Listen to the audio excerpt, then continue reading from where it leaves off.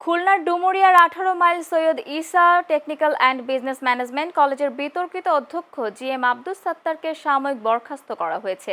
তার বিরুদ্ধে মিথ্যা পরিচয়ে কলেজের সভাপতি নিয়োগে সহায়তা করা এবং অর্থ জালিয়াতি সহ বিভিন্ন অভিযোগ প্রমাণিত হওয়ায় প্রতিষ্ঠানের সভাপতি ও উপজেলা নির্বাহী অফিসার মোহাম্মদ আলামিন বুধবার এক পত্রাদেশে অধ্যক্ষকে সাময়িক বরখাস্ত করেন।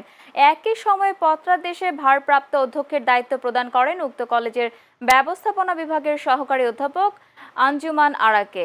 ডুমুরিয়া উপজেলার মাগুরাঘোনা ইউনিয়নের 18 mile Syed Isa technical and BM college প্রতিষ্ঠা লগ্ন থেকে অধ্যক্ষ হিসেবে জিএম আব্দুস সাত্তার দায়িত্ব পালন করে আসছেন। 22 সাল থেকে সকল দপ্তরে অভিযোগ দিই। এই অভিযোগে সকল দপ্তর থেকে আমি সুবিচার পেয়েছি।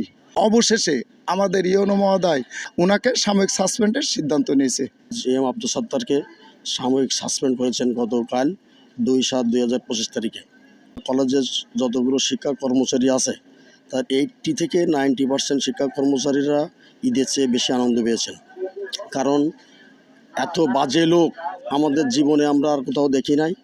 ওনার বিভিন্ন স্থানে দুর্নীতির দায়ে উনি অভিযুক্ত হয়েছেন, মতো কমিটি সংক্রান্ত, নিয়োগ সংক্রান্ত, অর্থ সংক্রান্ত।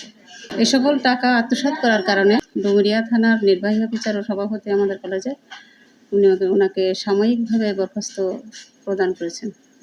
অধ্যক্ষ হিসেবে আমার যেটা কলেজ পরিচালনার জন্য যেটা সুষ্ঠুভাবে করার দায়িত্ব, আমি সেটা যথাসাধ্য আমি পালন করার চেষ্টা করব।